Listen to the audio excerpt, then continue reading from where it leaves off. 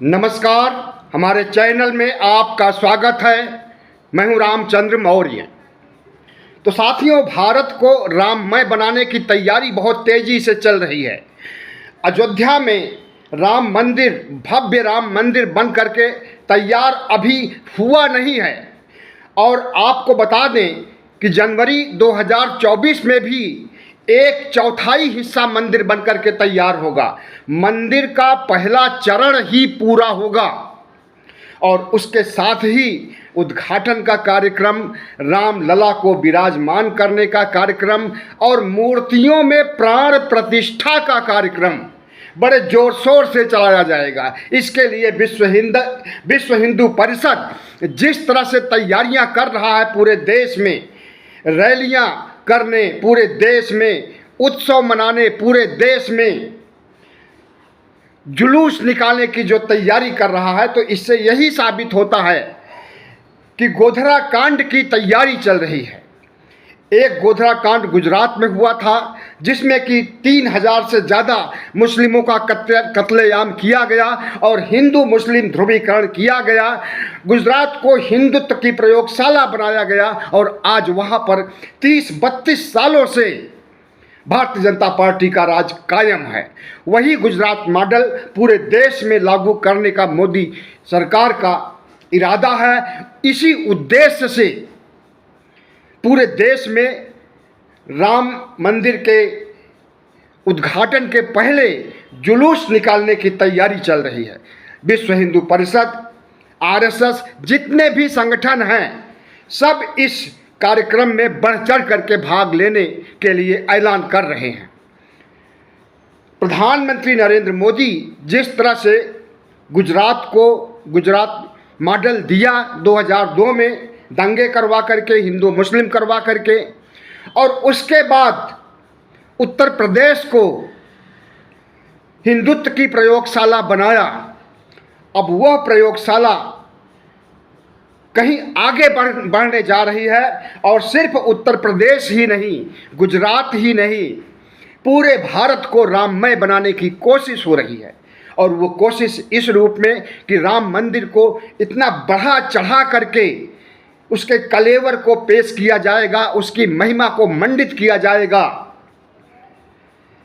कि लगेगा कि जैसे इस देश में समस्याएं कोई है ही नहीं, गरीबी, भुखमरी, जहालत है ही नहीं। विकास के मुद्दों से भटकाने के लिए प्रधानमंत्री नरेंद्र मोदी और आरएसएस ने जो धर्म का वितंडावाद खड़ा किया है और धर्म की चाशनी चटा करके जनता को गुमराह और मूर्ख बनाने का काम किया है, इस काम में तेजी लाने जा रहे हैं प्रधानमंत्री नरेंद्र मोदी और मोहन भागवत। सनातन धर्म पर स्टालिन और उनके बेटे का बयान क्या आया, भारतीय जनता पार्टी के नेता लपक पड़े, आरएसएस के लोग इंडिया गठबंधन को नीचा दिखाने के लिए, इंडिया गठबंधन को आतंकवादी बताने के लिए, इंडिया गठबंधन को हत्यारा बताने की बातें कर रहे हैं। अभी तक G20 में बिजी थे। G20 के समय में ही, उसके पहले ही स्टालिन के बेटे और स्टालिन ने बयान दिया था जिसका समर्थन मल्लिकार्जुन खड़गे के बेटे ने भी किया था। अब इस मामले को भारतीय जनता पार्टी पूरे देश में जन जन तक पहुंचाना चाहेगी और यह संदेश देना चाहेगी कि इंडिया गठबंधन सनातन धर्म को खत्म करना चाहता है। इंडिया गठबंधन सनातन धर्मावलंबियों को खत्म करना चाहता है। इंडिया गठबंधन राम के खिलाफ है, धर्म के खिलाफ है, ईश्वर के खिलाफ है, शिव के खिलाफ है। तो इस तरह का ध्रुवीकरण करने का अवसर मिल गया है और इस अवसर को मुहैया किया है M.K. स्टालिन, तमिलनाडु के मुख्यमंत्री और उनके बेटे ने। तमिलनाडु के मुख्यमंत्री स्टालिन और उनके बेटे को क्या ये पता नहीं था कि जो बोल रहे हैं इससे तमिलनाडु में तो कोई खास प्रतिक्रिया नहीं होगी, लेकिन पूरे देश में, खास करके उत्तर प्रदेश में, और जहां पर हिंदुत्व की प्रयोगशाला बनाया है नरेंद्र मोदी ने, वहाँ पर इसकी कैसी प्रतिक्रिया होगी, क्या इसका अंदाज़ा उन्हें नहीं था। और अब अगर कांग्रेस कह रही है कि स्टालिन का निजी बयान है, उनकी पार्टी का और उनके राज्य का यह निजी मामला है, इससे कांग्रेस का कुछ भी लेना देना नहीं है। कांग्रेस सर्व धर्म समभाव में विश्वास करती है। लेकिन जो तमिलनाडु में हुआ है, जिस तरह का बयान जारी हुआ है, भारतीय जनता पार्टी ऐसे बयानों की और ऐसे ही कमज़ोर नब्ज की तलाश में हमेशा रहती है। गुजरात चुनाव के दौरान 7 साल पहले मणिशंकर अय्यर ने प्रधानमंत्री नरेंद्र मोदी को नीच कह दिया था, और इस नीच के आधार पर प्रधानमंत्री नरेंद्र मोदी ने रातों रात समीकरण बदल दिया था वोट का, वरना कांग्रेस की जीत होने वाली थी और वह जीत भारतीय जनता पार्टी की हो गई। तो क्या MK स्टालिन, उनके बेटे जो बयान दे रहे हैं, तो क्या वो थाली में परोस करके भारतीय जनता पार्टी को तीसरी बार सत्ता नहीं दे रहे हैं? इंडिया गठबंधन के लोगों में जो भी प्रतिक्रिया हो रही हो, लेकिन उन्हें गठबंधन से हटाने की बात सोचनी चाहिए और यह कहना चाहिए कि यह उनका निजी बयान था और उन्हें मैंने गठबंधन से अलग कर दिया है। वरना यह देश धर्मभीरू है। धर्म के आधार पर, श्रद्धा के आधार पर यहाँ वोट दिया जाता है।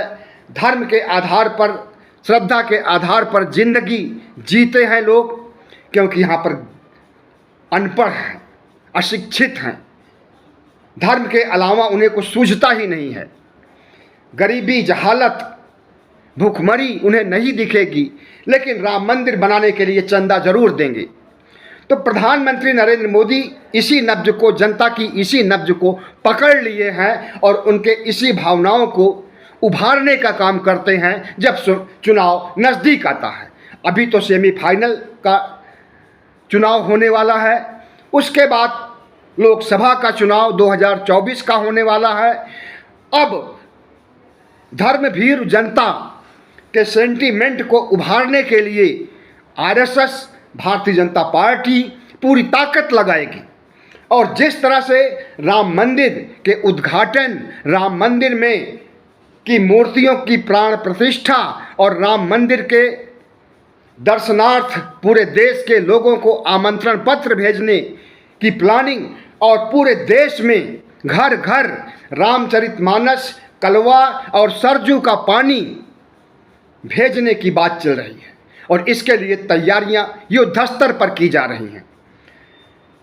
तो 2024 चुनाव के मद्देनज़र विकास से संबंधित, गरीबी उन्मूलन, बेरोजगारी उन्मूलन से संबंधित तो आंकड़े या कार्यक्रम या उपलब्धियां तो भारतीय जनता पार्टी के पास है नहीं। अब सिर्फ एक धर्म ही सहारा रह गया है, धार्मिक ध्रुवीकरण का सहारा रह गया है। पहले वह हिंदू मुस्लिम ध्रुवीकरण करने के लिए नफरत फैलाती थी, दंगे कराती थी, नरसंहार की बात करती थी, लेकिन अब वह राम मंदिर का मुद्दा को उठाने जा रही है और राम मंदिर के मुद्दे को इतनी तेजी के साथ और इतने विराटता के साथ फैलाने का, जन जन तक राम मंदिर का संदेश पहुंचाने का और राम मंदिर के निर्माण के लिए श्रेय लेने का और उसके आधार पर वोट मांगने का जो कार्यक्रम भारतीय जनता पार्टी शुरू कर चुकी है। विश्व हिंदू परिषद, बजरंग दल पूरे देश में जो जुलूस निकालने जा रहा है, रैलियां करने जा रहा है, इस दौरान दंगा भी भड़क सकता है। और जब जुलूस में तलवार लेकर के, तीर लेकर के, भाला लेकर के, तमाम अस्त्र शस्त्र लेकर के प्रदर्शन किया जाएगा और वह जुलूस निश्चित रूप से कहीं और से नहीं बल्कि मस्जिद के सामने से जाएगा। मस्जिद को क्षति पहुंचाने का काम किया जाएगा। तो ऐसे समय में मुस्लिम अगर पत्थरबाजी करेंगी तो दंगा भड़कने का पूरा अंदेशा है। और इसी अंदेशे और इसी ध्रुवीकरण के लिए इस तरह के आयोजन किए जा रहे हैं। इस देश की जनता को, खास करके इस देश के मुसलमानों को सोचना चाहिए, या उन्हें जो इनकी मंशा है उस मंशा को नेस्तनाबूद कर देना चाहिए। अगर ये कोई हरकत करते भी हैं तो पत्थरबाजी से बचना चाहिए और भीड़ इनके उकसावे में नहीं आना चाहिए। इनके ऊपर कोई किसी तरह का अटैक नहीं किया जाना चाहिए, वरना इन्हें बहाना बन जाएगा एक बहुत बड़ा नरसंहार। एक ही जगह नहीं, पूरे देश में नरसंहार आयोजित करने का इन्हें मौका मिल जाएगा, गुजरात की तरह, जैसे 2002 में गुजरात में हुआ था। तो इस बात का अंदेशा मैं ही नहीं जता रहा हूँ, बल्कि तमाम विपक्षी पार्टियां और वरिष्ठ नेता को आशंका है कि राम मंदिर के बहाने, भारत को राममय बनाने के बहाने जुलूस, रैली और तमाम तरह के आयोजनों को संपन्न करने के समय भारतीय जनता पार्टी दंगे भड़का सकती है। और भारतीय जनता पार्टी, आरएसएस का ये पुराना चरित्र रहा है, कोई नई बात इसके लिए नहीं है कि दंगे भड़काओ, हिंदू मुस्लिम करो और चुनाव जीतो। हालांकि आरएसएस मान चुका है कि हिंदू मुस्लिम करने पर, ध्रुवीकरण करने पर वोट नहीं मिलने वाला है, लेकिन भारतीय जनता पार्टी को जितना आत्मविश्वास मोदी मैजिक पर है, मोदी के चेहरे पर है और हिंदू मुस्लिम ध्रुवीकरण पर है, इतना विश्वास जीत के लिए उसे किसी पर नहीं है। और इसी जीत को सुनिश्चित करने के लिए राम मंदिर का बहाना लिया जाएगा और राम मंदिर के उद्घाटन के समय राष्ट्रपति को नहीं बुलाया जाएगा, क्योंकि वो आदिवासी हैं, नीच हैं, शूद्र हैं और किसी संवैधानिक पद पर बैठे हुए अनुसूचित जाति, ओबीसी, एससी, एसटी के किसी भी व्यक्ति को आमंत्रण नहीं भेजा जाएगा। G20 के दौरान जब मल्लिकार्जुन खड़गे, जो कि कांग्रेस के अध्यक्ष हैं, इनको आमंत्रण नहीं भेजा गया, तो बाकी दलों के लोग किस खेत के मूली हैं। और प्रधानमंत्री नरेंद्र मोदी ने आज नहीं, पहले से ही साबित कर दिया है, जब राम मंदिर का शिलान्यास हो रहा था, भूमि पूजन हो रहा था, उस समय ही उन्होंने साबित कर दिया कि रामनाथ कोविंद, जो कि उस समय के राष्ट्रपति थे, उन्हें नहीं बुलाया जाए, और बुलाया भी नहीं गया।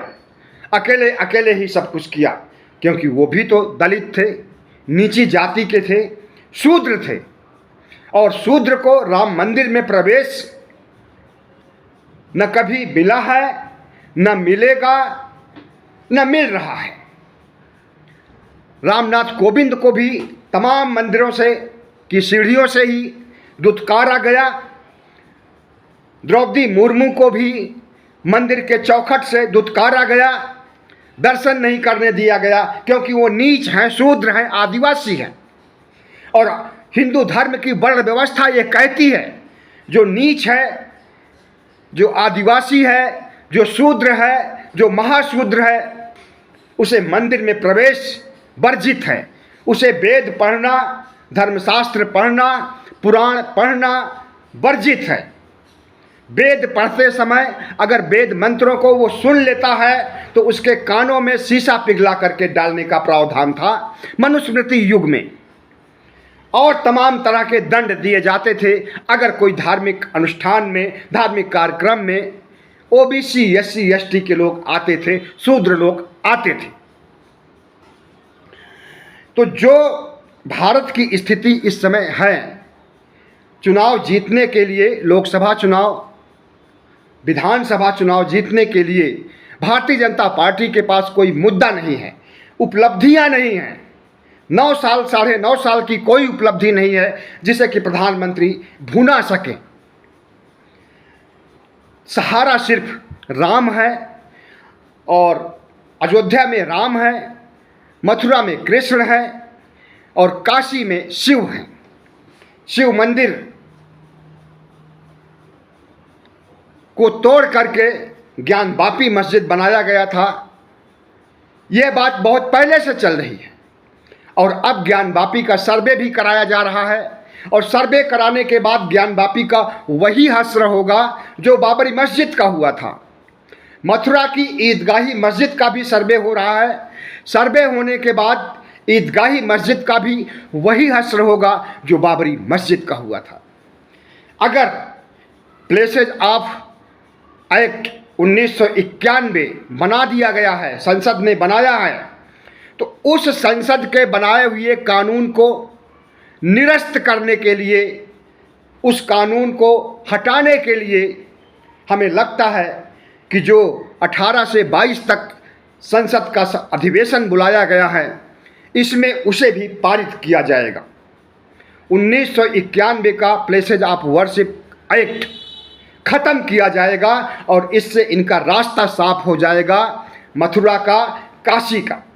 मथुरा में ईदगाही मस्जिद को ढहाने के लिए रास्ता साफ होगा और काशी में ज्ञानवापी मस्जिद को ढहाने के लिए रास्ता साफ होगा। अगर इस अधिवेशन में नहीं तो अगले अधिवेशन में, अभी अधिवेशन बाकी है, शीतकालीन अधिवेशन, उसमें हो जाएगा। लेकिन ये होना जरूर है क्योंकि प्रधानमंत्री नरेंद्र मोदी का बहुमत संसद में है, राज्यसभा में भी लगभग है, कुछ सीटें नहीं है, कम है, इधर उधर से जुगाड़ करके कानून पास करा लेते हैं। अब ये अवसर आएगा 2024 में या नहीं आएगा, अभी कुछ नहीं पता है। 2024 में प्रधानमंत्री नरेंद्र मोदी तीसरी बार प्रधानमंत्री बनेंगे या नहीं बनेंगे, अभी कुछ नहीं निश्चित है। इसलिए धर्मांधता, सांप्रदायिकता से संबंधित जितने भी कानून हैं उसको वो या तो विशेष सत्र बुला करके उसमें पूरा करेंगे, उस तरह के एक्ट बनाएंगे जिससे कि धर्मांधता को ताकत मिले, जिससे कि 1991 एक्ट को ख़त्म किया जा सके, जिससे कि संविधान को कमज़ोर किया जा सके, जिससे कि संविधान को ख़त्म करने का रास्ता साफ हो। ऐसे एक्ट लाए जाएंगे संसद में। इन्हें भरोसा है कि ये 2024 में फिर से जीत करके आएंगे, लेकिन इंडिया को भी भरोसा है कि वह तीसरी बार प्रधानमंत्री नरेंद्र मोदी को संसद में, बीजेपी को संसद में नहीं घुसने देगा एक सत्ताधारी पार्टी के रूप में। ऐसे में ये आरएसएस के सारे एजेंडे 2024 के चुनाव के पहले ही पूरा करना चाहते हैं। इसीलिए बताया नहीं जा रहा है कि संसद के अधिवेशन में जो अभी अधिवेशन बुलाया गया है, विशेष अधिवेशन, इसमें क्या मुद्दा होगा, कौन सा एक्ट पारित होगा, कौन सा एक्ट हटाया जाएगा, कौन सा एक्ट लाया जाएगा, इसके बारे में प्रधानमंत्री नरेंद्र मोदी चुप है, भारतीय जनता पार्टी चुप है और आरएसएस चुप है। तो इसका मतलब है कि मानवीय संवेदनाओं को झकझोरने वाले, इस देश में तूफान खड़े करने वाले एक्ट लाने की पूरी प्लानिंग है और एकाएक एक्ट को ला करके, एक्ट को बना करके निश्चित रूप से प्रधानमंत्री नरेंद्र मोदी आरएसएस के एजेंडे को साधना चाहेंगे। तो साथियों, प्रधानमंत्री नरेंद्र मोदी जिस रास्ते पर चल रहे हैं, विध्वंस का रास्ता है। धर्म, राम, कृष्ण और शिव, धर्मांधता और सांप्रदायिकता का चुनाव से कोई वास्ता नहीं होना चाहिए। संविधान के अनुसार चुनाव आयोग क्या प्रधानमंत्री नरेंद्र मोदी के खिलाफ, भारतीय जनता पार्टी आरएसएस के खिलाफ एक्शन लेगा? जब 2024 के चुनाव के दौरान राम की महिमा का बखान होगा और यह कहा जाएगा कि मंदिर मैंने बनवाया है, राम का भव्य मंदिर मैंने बनवाया है, मुझे वोट दीजिए, तो क्या उस समय चुनाव आयोग प्रधानमंत्री नरेंद्र मोदी को कटघरे में खड़ा करेगा? कतई नहीं करेगा, क्योंकि चुनाव आयोग भी प्रधानमंत्री नरेंद्र मोदी का कठपुतली है, प्रधानमंत्री नरेंद्र मोदी की मुट्ठियों में बंद है। चुनाव आयुक्त राजीव कुमार की नियुक्ति किस तरह से हुई है और उस पर किस तरह से सुप्रीम कोर्ट ने लताड़ लगाई है, इसे आपने कुछ महीनों पहले देखा होगा। तो राजीव कुमार को जो चुनाव आयोग बनाया गया है, क्या राजीव कुमार की आत्मा उन्हें कचोटेगी नहीं असंवैधानिक काम करने से? अगर सत्ताधारी पार्टी असंवैधानिक काम करती है और धर्म को चुनावी मुद्दा बनाती है, राम को, शिव को, कृष्ण को चुनावी मुद्दा बनाती है, तो क्या चुनाव आयुक्त इस पर रोक लगा पाएंगे? कतई नहीं लगा पाएंगे। और इस मामले को उस समय सुप्रीम कोर्ट में ले जाने का मादा होना चाहिए विपक्ष में। और सुप्रीम कोर्ट में जो जज इस समय बैठा हुआ है, जस्टिस चंद्रचूड़, ऐसा जज आज तक कभी नहीं हुआ है जो कि न्यायप्रिय हो और मोदी के सामने झुकता न हो। तो जिस तरह से राममय बनाया जा रहा है पूरे देश को, पूरे देश में दंगे भड़काने, आग लगाने का काम किया जा रहा है, ये बहुत ही दुर्भाग्यपूर्ण है। और हर घर प्रसाद भेजने, हर घर सरजू का पानी भेजने, हर घर रामचरितमानस भेजने, हर घर कलवा भेजने का जो कार्यक्रम शुरू हो रहा है, क्या इससे हमारी धर्मनिरपेक्षता को खतरा नहीं होगा? संविधान को खतरा नहीं उत्पन्न होगा? और संविधान जिसके उन्मूलन के लिए, जिसके खात्मे के लिए प्रधानमंत्री कार्यालय खुद प्रधानमंत्री का सलाहकार इंगित कर चुका है कि संविधान पुराना पड़ गया है, संविधान वाहियात हो गया है और संविधान को बदलने की ज़रूरत है। तो ऐसे में प्रधानमंत्री नरेंद्र मोदी जिस तरह से अपने कार्यालय से, प्रधानमंत्री मोदी के कार्यालय से ऐसी आवाज़ उठने का मतलब हुआ कि प्रधानमंत्री की आवाज़ उठ रही है संविधान के खिलाफ, लोकतंत्र के खिलाफ। और इस देश में जो हमारी साझा संस्कृति सदियों से कायम है, आपसी भाईचारा है, सौहार्द है, सभी धर्मों के बीच सर्वधर्म संभाव है, उस संभाव को, उस समरसता को ख़त्म करने का काम प्रधानमंत्री नरेंद्र मोदी और आरएसएस कर रहा है। क्यों कर रहा है? क्योंकि उसे चुनाव जीतना है और चुनाव जीतने के बाद भारत को हिंदू राष्ट्र बनाना है, भारत का प्रजातंत्र खत्म करना है, भारत का संविधान खत्म करना है, भारत को राजतंत्र बनाना है और संविधान की जगह मनुस्मृति लागू करना है। इसी के लिए इतनी कवायद हो रही है और इस देश के भविष्य को इस अंधकार में बनाया जा रहा है। बहुत बहुत धन्यवाद। हमारे चैनल को सब्सक्राइब कीजिएगा, लाइक कीजिएगा, शेयर कीजिएगा ताकि हमारी आवाज़ 95 करोड़ मतदाताओं तक पहुंच सके और उनके अंदर कुछ चेतना आ सके और वोट पर चोट करके प्रधानमंत्री नरेंद्र मोदी और आरएसएस के मंसूबों को नेस्तनाबूद कर दें।